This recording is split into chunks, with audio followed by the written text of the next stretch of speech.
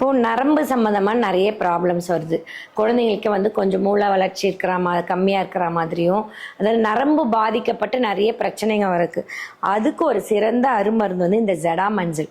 இந்த ஜடா மஞ்சளை க்ளீன் பண்ணி கஷாயமாக போட்டு அவங்க என்ன மருந்து சாப்பிட்றாங்களோ அதோட அந்த கஷாயத்தில் அதை மிக்ஸ் பண்ணி சாப்பிட்டோம்னா நரம்புக்கு நல்ல வலு கொடுக்கும், மூளையை ரெஸ்ட்டாக வச்சுக்கும். இப்போ தூக்கமே வரலன்னு சொல்கிறாங்க இல்லையா, அவங்களாம் வந்து இந்த ஜடா மஞ்சளில் கஷாயம் போட்டு நிறைய மூளைக்கு வேலை கொடுத்துட்டே இருப்பாங்க. அவங்களுக்கு வந்து இந்த தூக்கம் சரியாக வராது, ரொம்ப ஒரு மாதிரி ஸ்ட்ரெஸ்ஸாக இருப்பாங்க. அந்த மாதிரி இருக்கிறவங்களுக்கு இந்த ஜடா மஞ்சளை கஷாயம் போட்டு அதோட அமுக்கரா சூர்ணம் 1/2 ஸ்பூன் போட்டு நைட்டில் கொடுத்தோம்னாக்கா அவ்வளோ நல்லா இருக்கும்.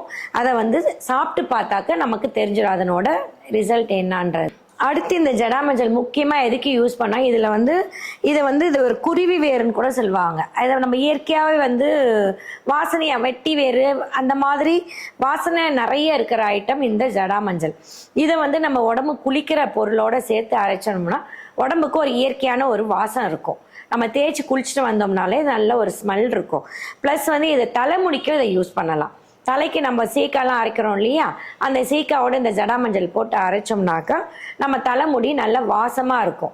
நம்ம வந்து ஷாம்பெல்லாம் யூஸ் பண்ணவே தேவையில்லை. இதை போட்டு அரைச்சி சீக்காவோட பூந்தி கொட்டை இந்த ஜடா மஞ்சள் வெட்டி வரலாம் சேர்த்து அரைக்கும் போது ஒரு நல்ல ஒரு வாசனை கொடுக்கும். ப்ளஸ் நல்ல குளிர்ச்சி. இது என்னன்னா ரொம்ப ஹீட்டை தணிக்கிற தன்மை இந்த ஜடா மஞ்சளில் இருக்குது.